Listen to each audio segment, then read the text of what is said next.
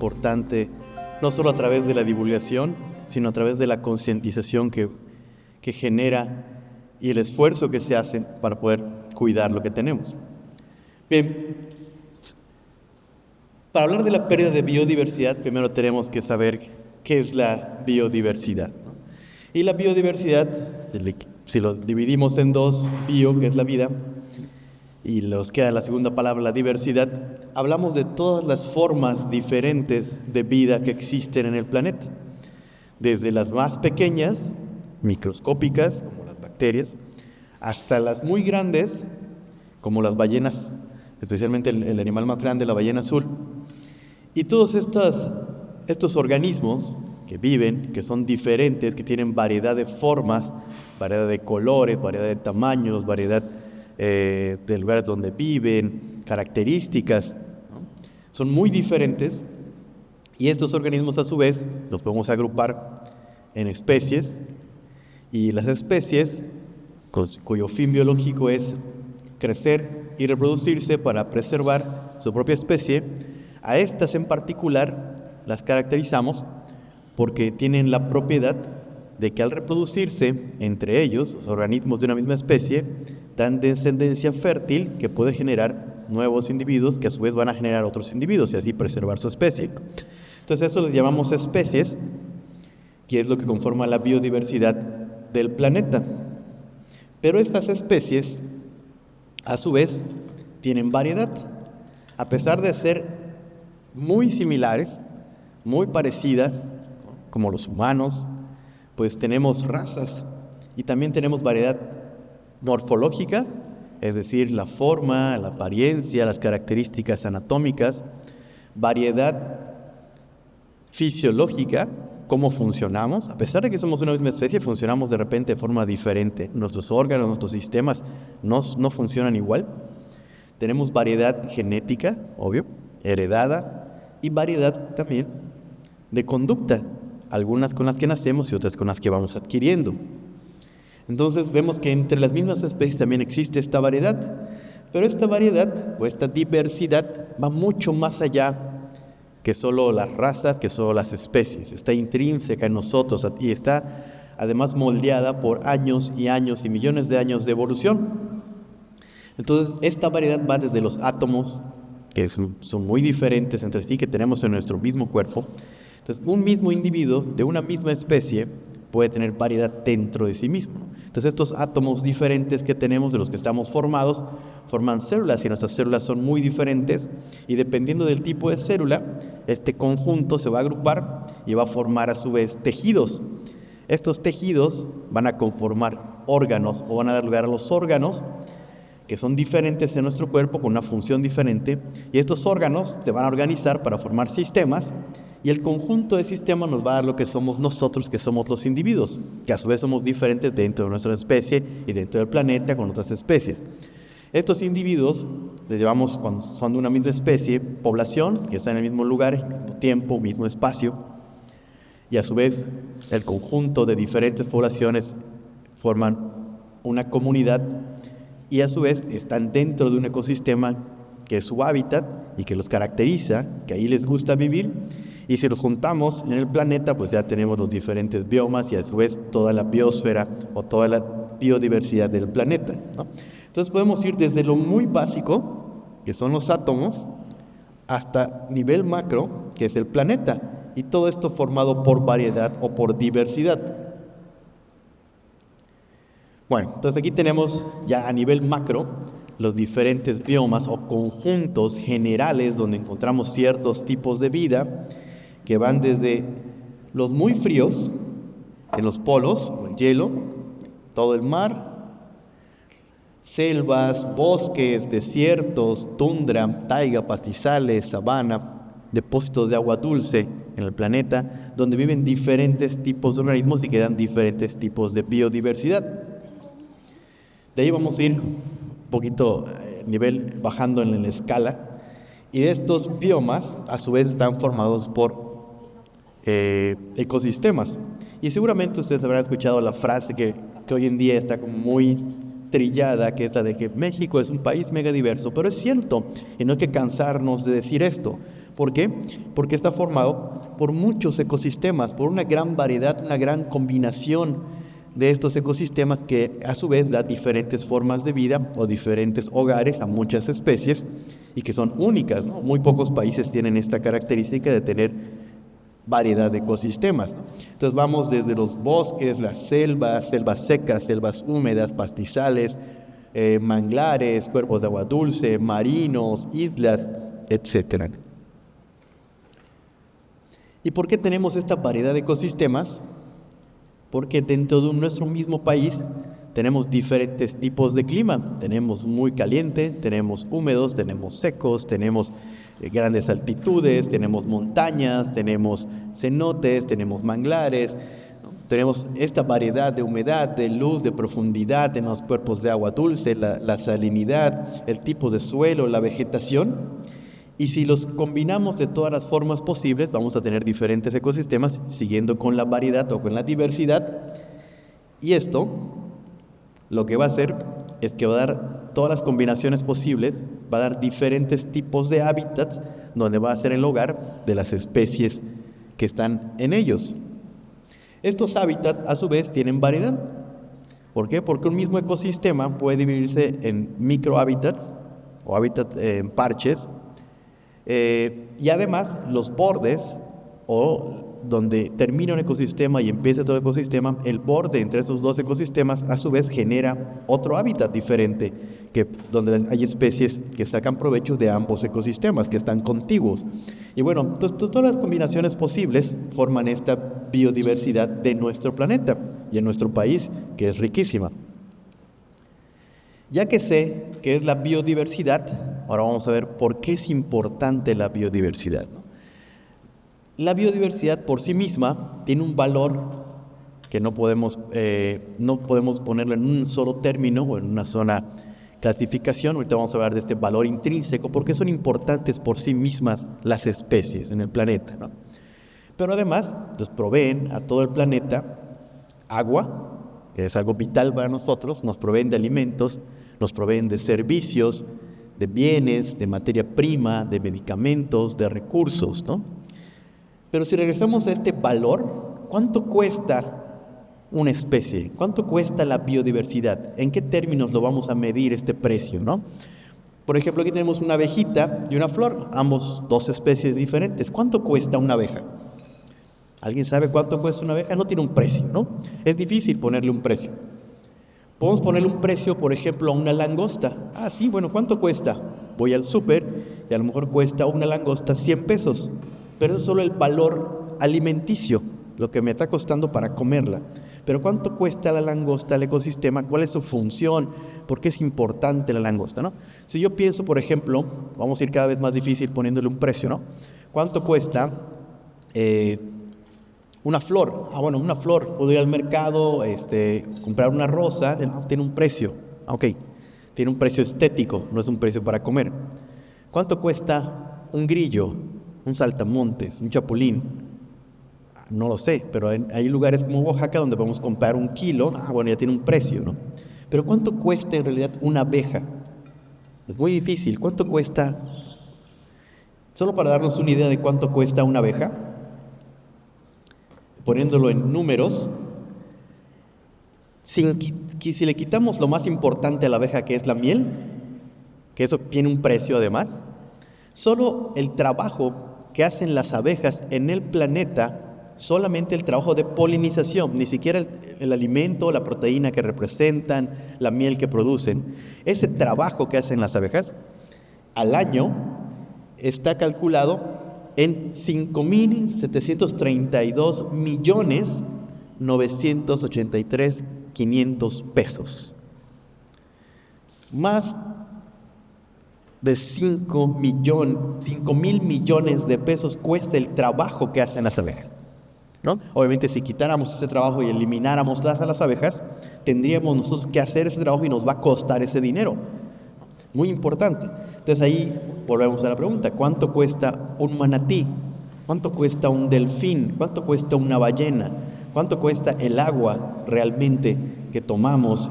El agua en el mar en la que nos bañamos. ¿Cuánto cuesta la arena, ¿no? Todo tiene un precio en biodiversidad. Y ahí vamos poniéndole un precio y aprendiendo de este valor que tienen las especies.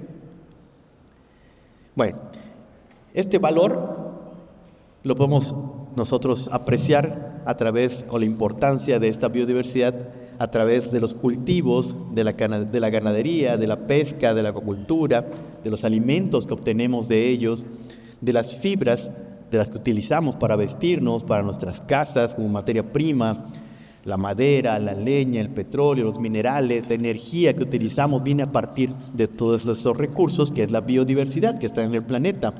Pero además regulan el clima, nos ayudan a que no sean tan severos los climas, a que haya agua disponible, a que haya lluvia.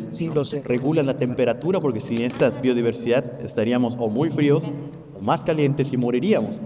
Protegen a la costa de las olas, de los huracanes, de las tormentas, de los tsunamis.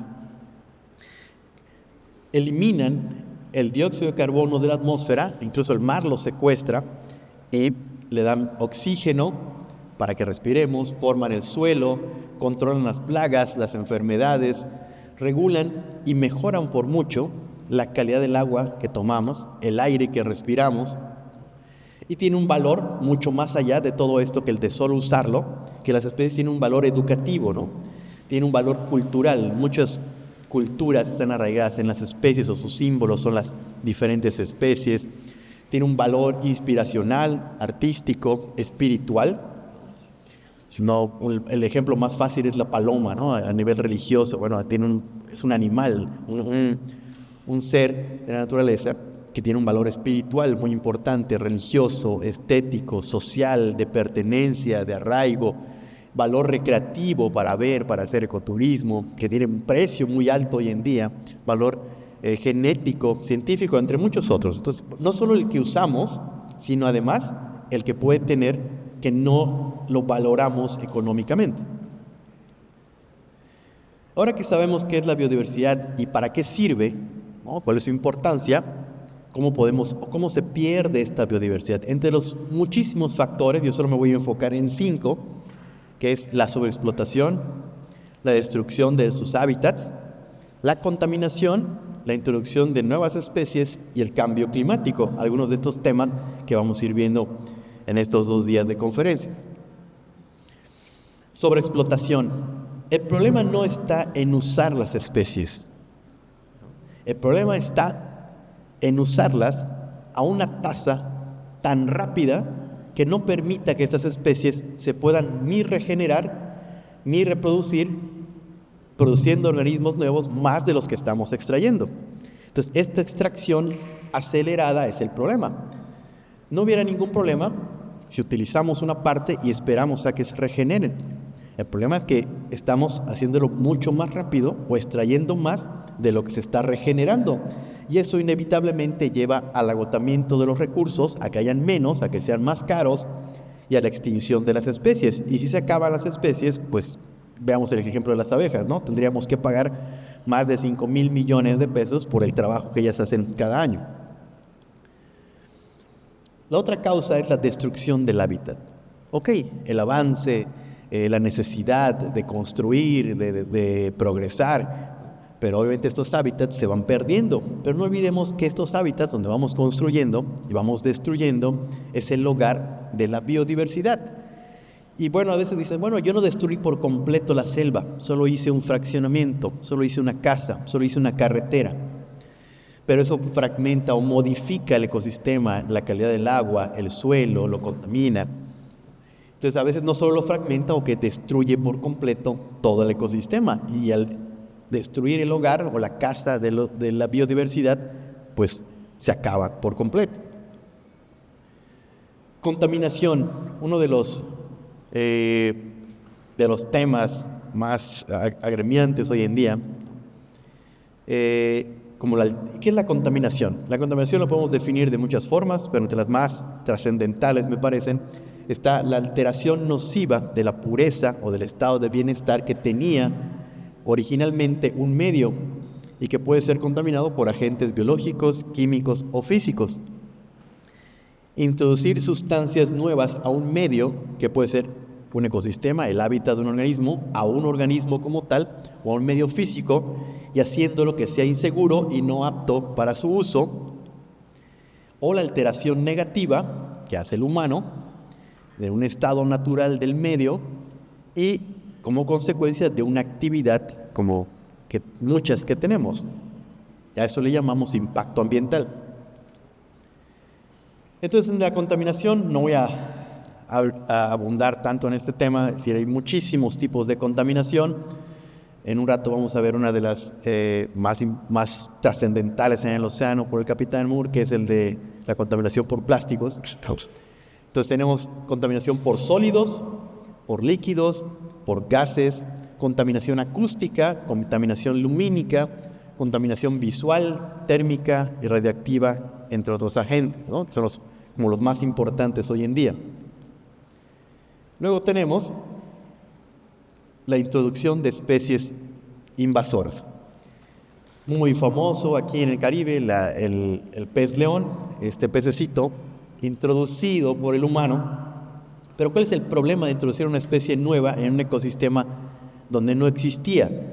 En el caso del pez león, este pececito muy bonito, muy estético, para las peceras, hoy en día es un problema muy grande, porque ser una especie nueva es muy voraz.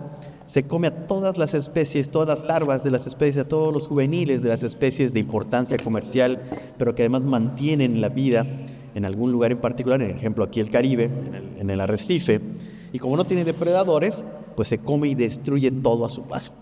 Entonces la llegada de estas especies producen cambios en los ecosistemas, desplazan, matan, aniquilan, incluso extinguen a la biodiversidad local o autóctona. Afectan la estructura y los procesos, pero ya no se reproducen tanto las especies, ya no se reclutan y va siendo un efecto dominó en cascada. ¿Y cuál es la consecuencia final de estas especies invasoras? Pues competencia desleal, acaban con las especies, las desplazan, las acaban, enfermedades, reducen las poblaciones y pueden llevarlas a la extinción. Cambio climático, también nos van a hablar del cambio climático en este foro, que es principalmente la modificación de la temperatura y los patrones del clima a nivel planeta. Y en los últimos 200 años, más o menos, ha habido un cambio acelerado, o se ha notado el aceleramiento más de lo normal de la temperatura debido a actividades industriales, la quema de combustibles fósiles, la agricultura y la ganadería. El uso que estamos haciendo del ecosistema o de la biodiversidad ha acelerado nuestro costo de vida como humanos, ha acelerado este cambio climático. ¿Y qué consecuencias puede tener en las especies? Pues que ya no sea apto el lugar donde vivan, haya mucho calor, haya mucho frío, haya mucha agua, haya mucha escasez de agua.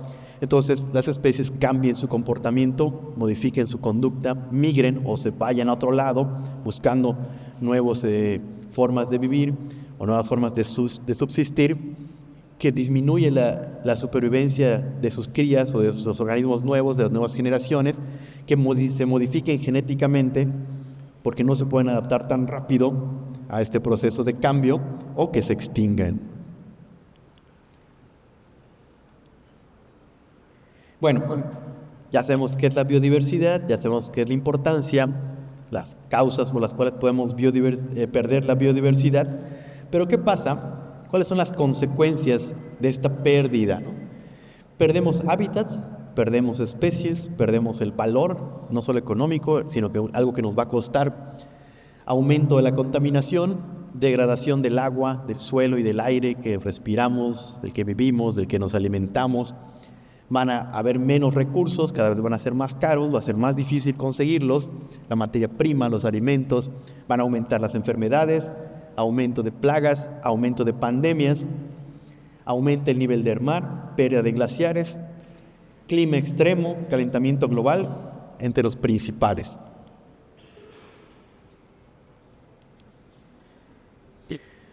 Voy a tratar de aterrizar un poquito esta plática en lo que yo trabajo, a mi línea de investigación, que son los mamíferos marinos. Y cuando hablamos de biodiversidad, a nivel mundial, hablamos de diferentes mamíferos que viven en el mar o que usan el océano como su hábitat, como su medio de vida, su hogar. Y tenemos a los cetáceos entre estos mamíferos marinos. Los cetáceos, en biodiversidad, si todos los mamíferos marinos del mundo, todas las especies, son el 100% de esta biodiversidad, los cetáceos comprenden el 67% y son las ballenas, los delfines, las marsopas que hay en todos los océanos. Luego tenemos a los pinípedos, focas, lobos marinos, la morsa, con un 35% de esta biodiversidad de mamíferos marinos a nivel mundial. Los sirenios, como los manatís y los dugongos, 4%. Dentro de los carnívoros tenemos a las nutrias marinas, que son 2 especies. Vamos a quitar a las nutrias de río, solo las que viven en el océano, son 2 especies, el 2%. El oso polar, 1% o menos del 1%. Y actualmente se clasifica como mamífero marino un murciélago, que es un quiróptero, con el menos de 1%. Aquí están ballenas, delfines, marsopas, 89 especies que hay a nivel mundial. Pinípedos, tenemos focas, lobos marinos, morsa, elefantes marinos, 35 especies. Manatís, dugongos con 5 especies.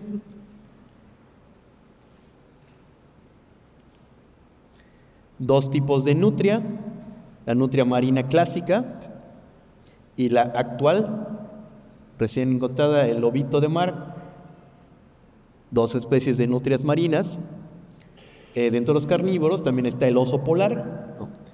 Uno de los más controversiales porque para ser un mamífero marino verdadero necesita cumplir con 3 condiciones. Una, que vive en el mar, que coma del mar y que tenga adaptaciones marinas.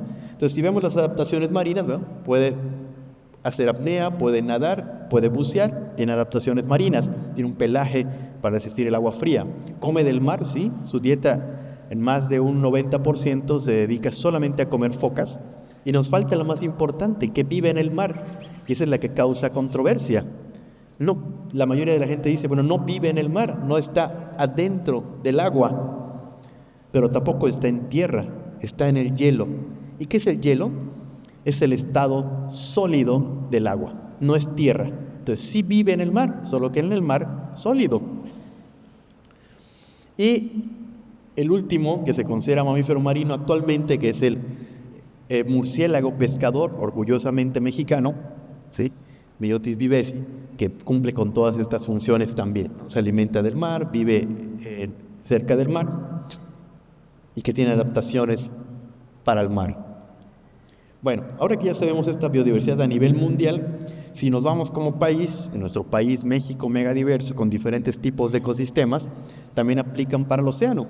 Entonces, México posee el 39%, una biodiversidad muy grande de mamíferos marinos de todo el planeta, 52 de 133 especies. Cetáceos, tenemos 40 especies de cetáceos, el 45% a nivel mundial. 9 especies de pinípedos, el 26% a nivel mundial. Una especie de sirenio, una especie de nutria marina y tenemos al único quiróptero marino. Si nos vamos ya al Golfo de México, aquí está usted, si nos ubica un poquito. Entonces, si vamos al Golfo de México, tenemos la biodiversidad, es el 26% a nivel mundial, 35 de las 133 especies. Vamos a poner estas. Cetáceos, 33 especies. Una especie de pinípedo, le pongo ahí un asterisco, porque ya no está extinta. Ahorita vamos a ver por qué, qué le pasó, cuál es la causa, cuál es la consecuencia de perder a un pinípedo. Tenemos una especie de sirenio, que por ahí va también, y a las nutrias marinas, que no tenemos en el Golfo de México, pero que en todos los sistemas de ríos tenemos una nutria de río, Lontra longicaudis. Y bueno, donde yo trabajo, que es Yucatán, una plataforma continental súper extensa, ustedes aquí están en el Caribe, tenemos el 22% de la biodiversidad a nivel mundial, con 29 especies, cetáceos, pinípedo y sirenio. Si vemos esta biodiversidad de pinípedos, una especie, que le puse un asterisco hace ratito, teníamos el 3% de las 35 especies a nivel mundial. Y vamos a hablar específico de este asterisco, que es la foca monje del Caribe, Neomonachus tropicalis, que está extinta, ya no existe. ¿Quién era? Aquí era su hábitat, aquí vivía, Gran Caribe, toda esta parte, no solo en México, Centroamérica, toda esta zona era su hábitat, aquí vivía, era la única foca adaptada para estar en estas condiciones de calor cerca de nosotros. Fue descubierta en los primeros viajes por Cristóbal Colón en 1494 y le llamó el lobo de mar. Luego fue descrita la especie en 1850, pero desde que la descubrió Colón en 1494 se empezó a cazar. Incluso hay registros muy pocos, pero existen también del uso antes de la llegada de los españoles de estas focas, pero con Colón se empezó a cazar de forma masiva, ¿no? Y esta era una especie que no estaba acostumbrada a que la cacen, ¿no? Hay detallados, relatos muy detallados, donde decían, bueno, que estas focas monjes estaban en la costa, en la playa, ¿sí? Por montones, que llegaba la gente a cazarlas y no ponían resistencia y podían matar cientos en un día, ¿no? Y no huían, no sabían que las iban a cazar. Entonces se cazó por su piel, por su carne, por su aceite, para ponerlas en museos y en zoológicos. Y la pesquería, la caza, el desarrollo costero se unieron a esto, disminuyeron las presas, forzaron a la especie a que se vaya reduciendo su hábitat, los recursos vitales disminuyeron. Esta es la única foto que tengo de la foca monje. El último avistamiento, o la última vez confirmado que se vio, fue en 1952 entre Jamaica y Honduras, el último individuo que se observó. 15 años después de haber visto al último individuo, se declaró en el acta de la preservación de especies. ¿Qué quiere decir esto? 15 años después de haber visto al último, dijeron, bueno, creo que hay que cuidar a la foca monje. Pero no sabían que ya no había para ese entonces, ¿no? Y lo único que nos queda ahora es una estampita de una especie que se perdió para siempre, de un valor que no sabemos cuánto nos cuesta. En el caso de la vaquita marina, otro tema mexicano de gran trascendencia, controversial, Phocena sinus, que está en peligro crítico de extinción. La vaquita marina, en 1997, hace 27 años, yo me acuerdo que escuché la plática y dijeron, ¿qué creen? Tenemos un problema con la vaquita marina. Nos quedan solo 567 vaquitas marinas en el Alto Golfo de California y las cifras están disminuyendo. Entonces tenemos que hacer algo. Y en ese año, 1997, se declaró la especie en peligro crítico de extinción. Todos aplaudieron, muy bonito, pero siguió disminuyendo. 11 años después dijeron, oigan, ¿se acuerdan de la vaquita? Nos quedan 245, cuando antes quedaban hace 11 años 567. En el 2012, oigan, quedan 177 vaquitas, hay que hacer algo. 2014 quedan 97, 2015 quedan 59, 2016 quedan 30, 2018 dijeron, ¿saben qué? Menos de 10.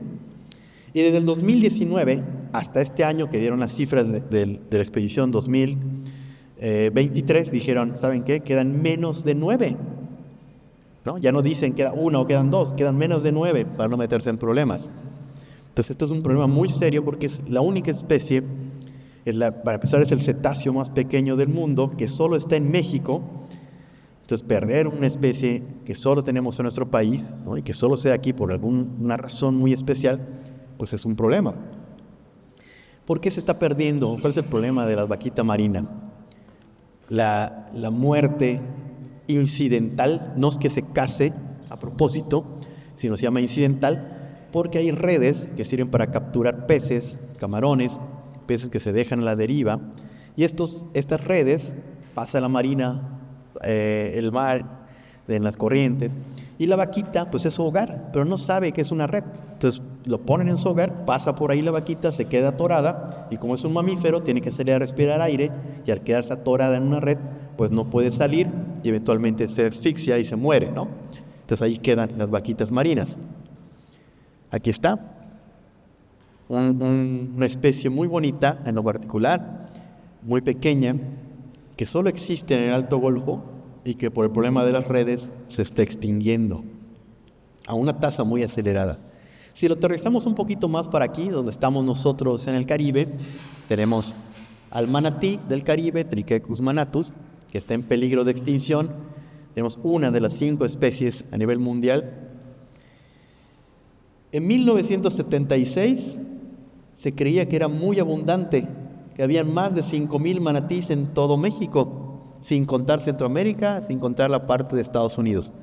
Desde Tamaulipas, Veracruz, Tabasco, Chiapas, Campeche, Yucatán y Quintana Roo, estaba todo conectado por poblaciones de manatís.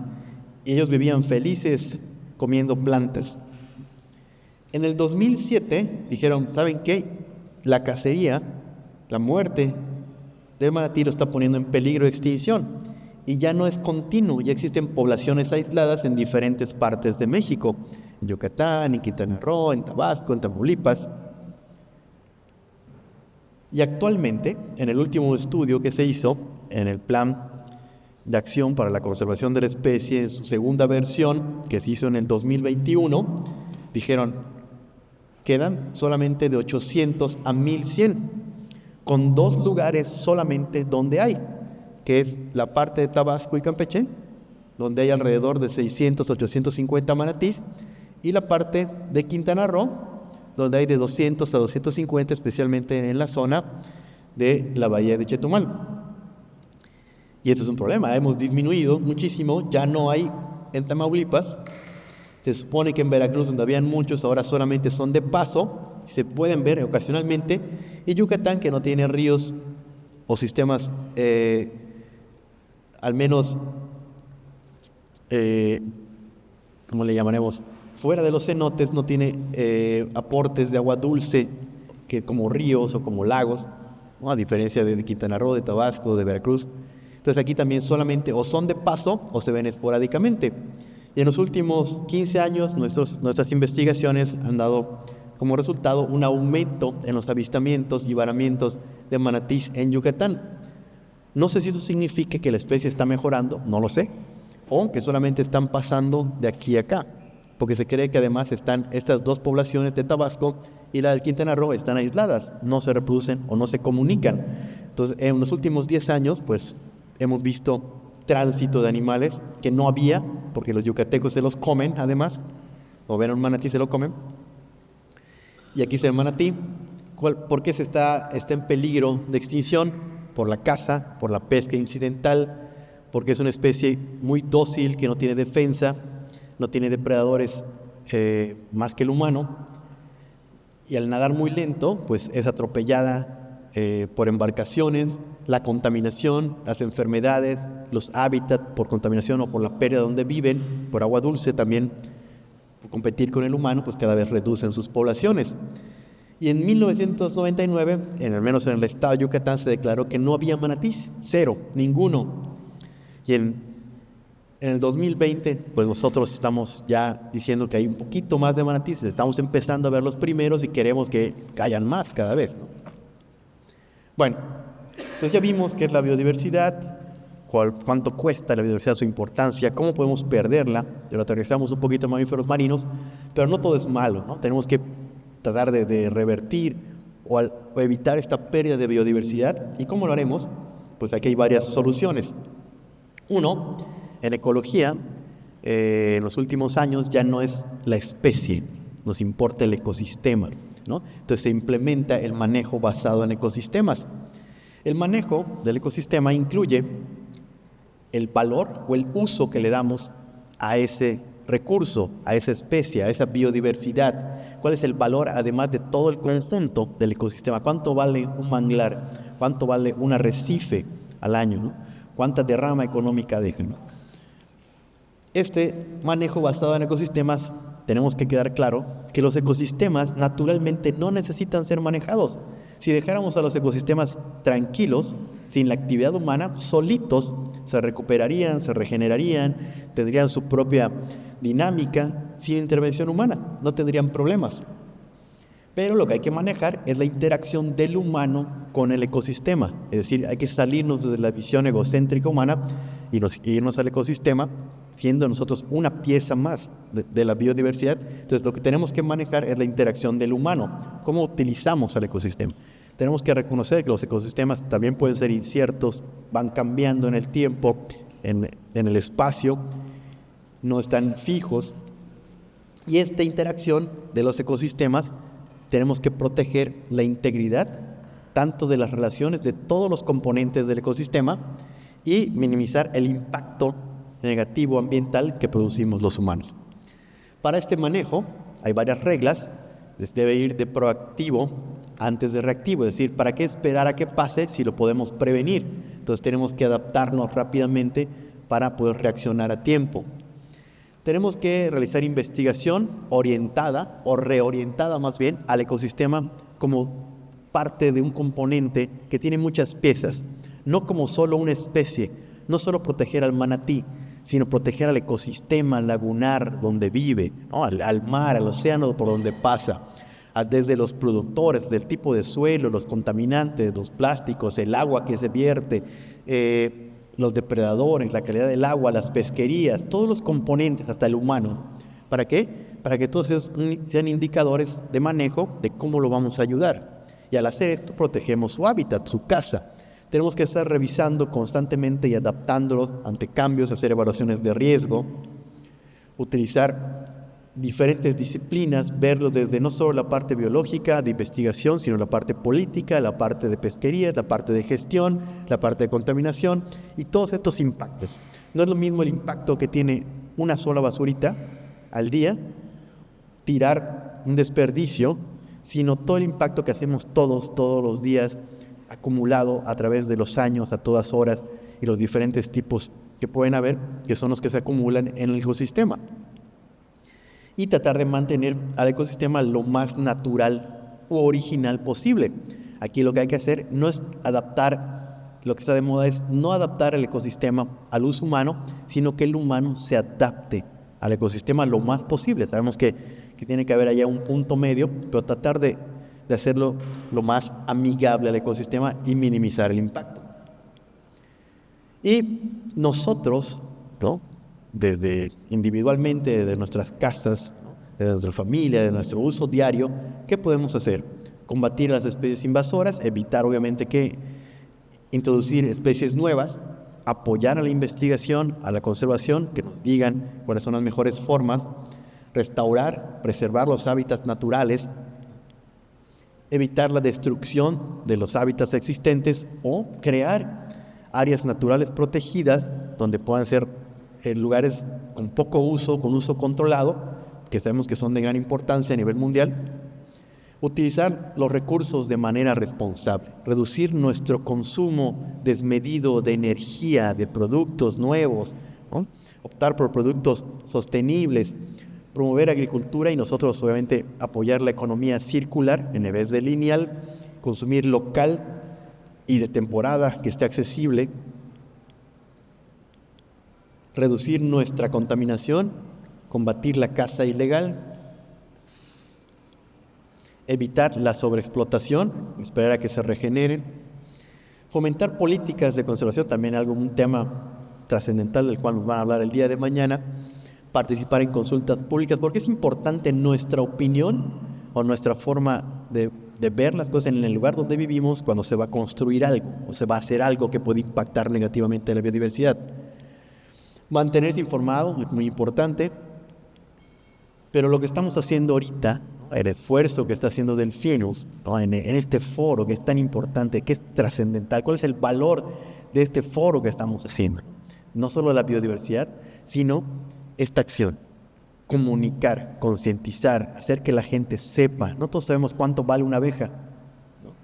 Entonces, esta educación ambiental es clave, ¿no? Porque al saber, hay un dicho entre los biólogos que uno dice que no cuida lo que no conoce. Cuando conocemos un poquito es cuando empezamos a darle importancia, nos importa y empezamos a cuidarlo o a empezar a luchar a que se cuide, ¿no? Entonces es muy importante para mantener la biodiversidad y esto comunicarlo, ir pasando la voz, ¿no? Ir diciéndole a los demás. Y finalmente, unas acciones que podemos hacer nosotros diarios son las 3R: rediseñar, reducir, reutilizar, reparar renovar, recuperar y reciclar. ¿Qué significa esto? Ya para terminar, diseñar o fabricar productos sostenibles que sean biodegradables o al menos su huella o su impacto sea menor en el ambiente. Reducir la compra de productos nuevos, ¿no? Reducir el uso de la energía desmedida. ¿Para qué necesito un aire acondicionado si yo no voy a estar presente? A lo mejor puedo estar con un ventilador un rato, lo pago, o no necesito que mi casa esté fría todo el día si yo no estoy. Hay que reducir los productos y la energía y los residuos que vamos generando con ella. Darle un nuevo uso a los productos, ¿no? A lo mejor los plásticos de un solo uso, empezar a utilizarlos más de una vez, reutilizarlos. Es más barato reparar que comprar uno nuevo, ¿no? Pero hoy en día es la política que nos han vendido: mejor uno nuevo, mejor un modelo nuevo, mejor el que acaba de salir, ¿no? A lo mejor tiene una mínima cosa mejor que el otro, pero el otro todavía funciona. ¿Por qué lo voy a cambiar, no? Son recursos que estamos utilizando y tirando por una forma de vida nueva, por una moda que nos están implementando, ¿no? Renovar aquellos productos que tenemos que pueden tener todavía una vida útil. ¿Por qué mejor no los actualizo en vez de conseguir uno nuevo, ¿no? Se hace la misma función. Los que ya nos sirven, estos materiales de los cuales están hechos, los podemos recuperar, ¿sí? Los podemos clasificar, se pueden volver a utilizar los plásticos, los metales, los minerales, y reciclar, es decir, separar nuestros desechos para que sea más fácil reutilizarlos y poder, obviamente, regresar esos productos o partes del ecosistema que utilizaron para volver a servir para el mismo fin. Entonces, bueno, estas son lo que les quería platicar el día de hoy de la pérdida de biodiversidad, sus consecuencias y qué podemos hacer poquito cada día para solucionarlo, ¿no? Con esto quiero concluir y les agradezco muchísimo la invitación.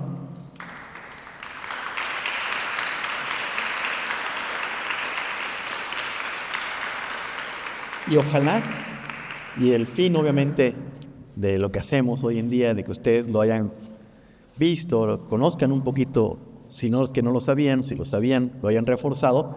El chiste es de que se lo cuenten a alguien, ¿no? En su casa, a sus amigos, y esto se vaya corriendo y se haga una red de conocimiento que nos ayude a cuidar cada vez y evitar la pérdida de biodiversidad, ¿no? Que no sabemos el costo hasta que lo perdamos. Muchas gracias. Muchas gracias, doctor. Muchas gracias. Por favor, no te vayas porque antes de darte un reconocimiento, que quisiéramos saber si tenemos alguna pregunta que alguien del público quisiera hacer al doctor. Es el momento, hay que aprovecharlo, por favor. ¿Alguien que desee hacer una pregunta? Sí, bajo para llevarte el micrófono. Gracias. ¿Mande? Ya, aquí somos multi. Muchas gracias por la plática, doctor. Una pregunta, ¿cuál sería la función del manatí en la salud del ecosistema? Muchísima. El manatí por sí mismo es herbívoro, es decir, solo come plantas. Entonces, el manatí, al comer estas plantas, amor, tú sabes que si yo corto una rama de una planta, o se rompe y cae en el suelo, puede salir una planta nueva. Entonces el manatí, al hacer esto, ¿sí?, al fraccionar las plantas, contribuye a reforestar. El manatí, a comer plantas, come muchísimo. Y cuando defeca, produce materia orgánica que aumenta los nutrientes del océano, no solo para las plantas, sino para los peces, para lo que comemos, ¿no? A pesar de que es un herbívoro, ayuda a los carnívoros, haciendo que haya mayor producción primaria, mayor alimento disponible desde la cadena trófica que empieza con los que hacen fotosíntesis hasta los carnívoros grandes. Entonces, a lo mejor las pesquerías locales aquí en el Caribe, la langosta, los arrecifes, los peces que consumimos, que comemos, este manatí está fertilizando el mar para que ellos vivan, para que ellos crezcan. Y al comer plantas también, las semillas o las plantas, cuando defequen, los va a llevar a otras partes, va a diseminar las poblaciones, aumenta no solo la reforestación, sino que la conduce. Digo, obviamente el valor, si le preguntas a un yucateco que se lo come, ¿cuánto cuesta un manatí? Te decía, el kilo de manatí cuesta tanto, ¿no?, para comer. Pero ese es un valor solamente como alimento, pero ecológicamente tiene un valor mucho más grande, como las abejas. Si nosotros a lo mejor lo pusiéramos en términos monetarios, ¿cuál es el trabajo? ¿Cuánto nos costaría reforestar los pastos marinos, las plantas del océano, fertilizar el océano para que hayan peces, para que hayan arrecifes sanos, saludables? Ese costo es inimaginable. Entonces, si perdiéramos esta especie, nos va a costar a nosotros hacerlo. Millones de pesos tal vez. Gracias. Doctor, muchas gracias. Buenos días. Habló un poquito de lo que era el valor de la biodiversidad. ¿Por qué en el caso de mamíferos marinos existen valoraciones de las especies, el valor que tienen la biodiversidad de mamíferos? Si no hay, ¿qué se requiere para hacer ese tipo de análisis? El problema de ponerle un precio es desde la visión. Por ejemplo, hay culturas cuyo dios son un mamífero marino. Hay culturas que veneran, por ejemplo en la India, las vacas, no las comen, pero tiene un valor más allá. Entonces ponerle un precio monetario es difícil a veces, ¿no? Entonces no sé, pongamos un ejemplo, un mamífero marino, ¿no? ¿Cuántas personas que conozcamos tienen un sticker, una imagen, un logo de un delfín, de una ballena? ¿Cuántos tienen un tatuaje de un delfín? Pero ¿cuántos de los que conozco tienen un tatuaje de una zarigüeya? Muy poquitos, ¿no? Tal vez. O de, no sé, de un escarabajo. Pero es más común el de un mamífero marino porque llama la atención. Entonces el costo aumenta por este carisma que tienen entre la gente, ¿no? Yo siempre pongo el ejemplo, un delfín y un tiburón del mismo tamaño, en el mismo lugar, aquí por ejemplo en el Caribe, los dos están presentes. La gente estima más al delfín que al tiburón, ¿no? Si uno salva a un delfín, es un héroe.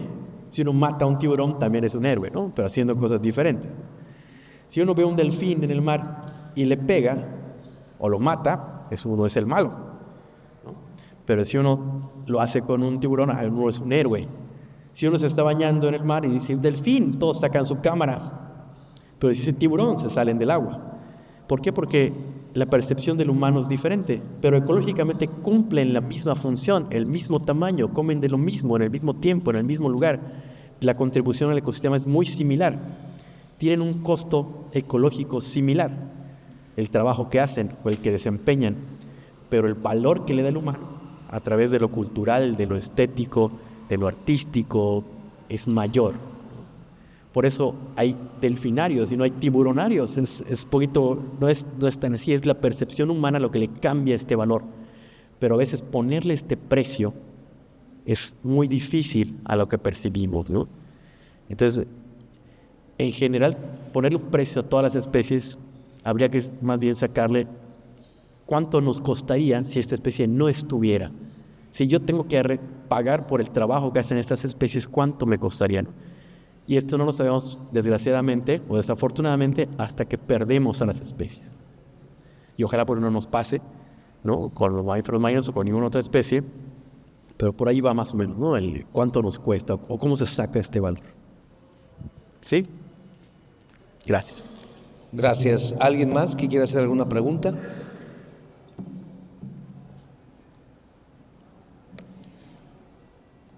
Gracias. Bueno, uniendo ahorita la última pregunta que nos compartieron, me gustaría saber si en el pase, específicamente de la especie del manatí, ¿existe alguna limitante para ayudar a la población con reproducción en cautiverio? Por ejemplo, lo hemos visto en cocodrilos, que las humas han ayudado, ya sea extractiva o no extractiva, han ayudado a recuperar las poblaciones silvestres.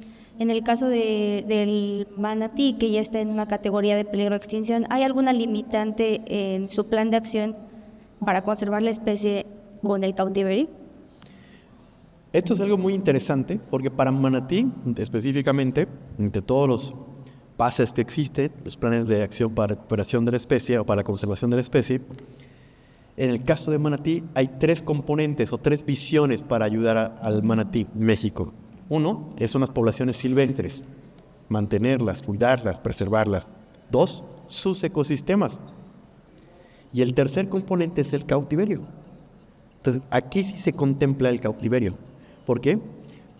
Porque el manatí es una especie muy fácilmente manejable en cautiverio.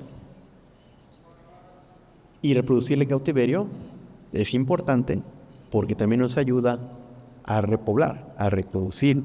Hay lugares donde dejaron de haber manatís que habían antes y están pidiendo, incluso a nivel internacional, a México, oigan, denos algunos manatís, por favor, ¿no? Entonces a veces la ley es un poquito difícil, oye, pero está prohibido exportar animales, oye, pero es para repoblar una especie, ¿no? Pero ¿cuál va a ser la consecuencia, el costo? Entonces, en el caso de México sí está incluido el cautiverio, sí se permite, pero no solo la generación de nuevos individuos, sino además el cuidado. Por ejemplo, el manatí, el problema es los huérfanos o los que se pierden. Entonces el cautiverio es esencial, porque ningún manatí, hembra, ni por muy buena onda que sea, pues si yo te adopto, ven, no soy tu mamá, pero te adopto, no, esa cría está destinada a morir, ¿no? O algún animal enfermo, herido, o con algún problema desorientado, varado, perdido, el cautiverio lo ayuda a mejorar, a volverlo a introducir, ¿no? Ya te ayudé, sé que eres una pieza clave, eres único, quedan muy poquitos, no voy a dejar que te mueras, te voy a ayudar, pero eso le cuesta al cautiverio, nos cuesta, ¿no? Ahí es donde, pues tiene un precio esta especie. Al día me costó 10,000 pesos en medicamento, sin decir el personal que lo cuidó 24 horas, el que le dio de comer, el estar metido en el agua, ¿cuánto nos costó contratar a esa persona? Y no estamos produciendo una especie, más bien lo estamos tratando de no perder. Entonces, ahí va un poquito el precio. Pero sí, es muy importante el cautiverio y está contemplado en el plan y se reforzó en el 2021. Este plan el año pasado quedó disponible, ¿no? Está para consulta de cualquier persona y podemos hablar muchísimo más de esta parte que viene muy explícita en el plan, pero sí está contemplado. Gracias.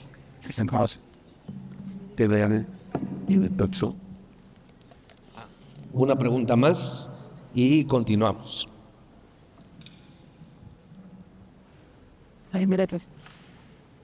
Doctor, buenos días. Así como se prohibió el uso de bolsas plásticas en los supermercados, ¿usted qué ley crearía o por cuál ley abogaría para salvaguardar la biodiversidad por lo menos de por acá, de nuestro Caribe mexicano? Yo soy muy radical, ¿no? Mi esposa me dice, no hagas eso, no. Cuando ve que alguien tira basura, yo tengo ganas así de agarrar, pero no hagas eso, ¿no? Pero bueno, leyes, además de penas severas a los que contaminan, yo creo que hacer obligatorio o al menos más participativa la ciudadanía en el uso de los recursos es un paso importante. Pero de nada sirve que nosotros como individuos separemos nuestra basura, compremos local, apoyemos la economía circular, hagamos esfuerzos todos los días, si nuestro sistema industrial, si nuestro sistema económico se basa en la extracción masiva, ¿no? Ahí hay que cambiar las leyes, ¿no? Es decir, ¿de qué sirve que yo me bañe en un minuto de agua, cuide el agua, si hay una empresa, que además es internacional, que extrae agua al por mayor y no la regresa, y que por el uso de esa agua paga menos de lo que yo pago en mi recibo? Entonces ahí no es tan justo una con otra, ¿no? Es decir, podemos tener toda la buena intención nosotros individualmente, pero si colectivamente no hacemos o no damos nuestra opinión para que cambien estas políticas a nivel local, nacional, federal, estatal y mundial, pues vamos a seguir prácticamente el mismo curso, ¿no? Pero ahí yo creo que más allá de poner una ley individual a los individuos, yo creo que más bien va hacia una gestión política mucho más allá de cambiar es muy difícil decir a una empresa, ¿sabes qué? Yo sé que de esto vives, de esto das empleo, de esto depende la economía, pero necesitamos hacer un cambio radical en la forma en la que lo estás haciendo. De lo contrario, no vamos a avanzar, ¿no? Entonces, esto es uno de los ejemplos, uno de muchísimos, ¿no? El que produce plástico todos los días, obviamente le sale más barato que hacer a lo mejor una bolsa de papel o hacer algo más amigable, pero es forma de vida, entonces cambiarlo no es tan sencillo. Pero eso es al menos estas leyes que yo haría serían más a nivel de gestión de ley a nivel industrial. Yo creo que es sin demeritar lo que podemos hacer diario nosotros. La pregunta, fue muy impresionante cómo se disminuyó la vaquita, que hasta 9 individuos o menos. Y me hizo pensar que eso va a pasar a todos los animales, con el plástico invadiendo el cerebro de los humanos, invadiendo en todo el cuerpo de cada animal en el mar. ¿Qué va a pasar? ¿Qué va a pasar? ¿Es esa triste historia la historia del mundo de hoy? Plástico, uno de los males actuales. Ayer teníamos una plática de esto del plástico, de que no es solo, bueno, yo como humano, a lo mejor yo no como plástico, los animales sí. El manatí pasa y a lo mejor se come una bolsa, ¿no? Se puede morir porque esa bolsa quedó atorada en su estómago, o en el mejor de los casos la pasa y no pasó nada. Pero hay situaciones que no estamos viendo con el plástico, que nos decía el capitán ayer, como respirar. El plástico, con el sol, con el paso de la naturaleza, el calor, la noche, el agua, frío, el plástico se va rompiendo en pedazos cada vez más pequeños, se va destrozando una bolsa de plástico, un envase de plástico. A pesar de que puede estar muchísimos años en el ecosistema, más de 100 años, de repente 40 años, se reduce a fragmentos tan pequeños que el aire lo puede arrastrar, a fragmentos microscópicos, y podemos respirarlo.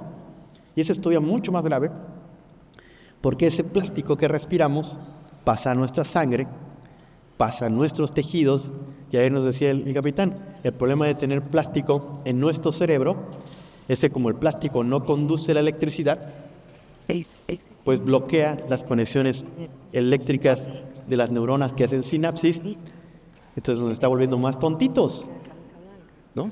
Pensamos menos, o nuestro cerebro funciona menos con plástico. Entonces, si cada día acumulamos y respiramos más plástico y producimos nuevos humanos con más plástico, pues tomar estas decisiones a la larga no solo vamos a extinguir a las poblaciones, sino también finalmente al humano. Entonces, es cavar nuestra propia tumba lo del plástico, ¿no?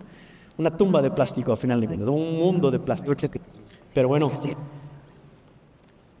no solo es los animales, ¿no? Somos nosotros. A final de cuentas, nos estamos tirando plástico que nos va a caer encima al tirarlo al planeta. Gracias, capitán.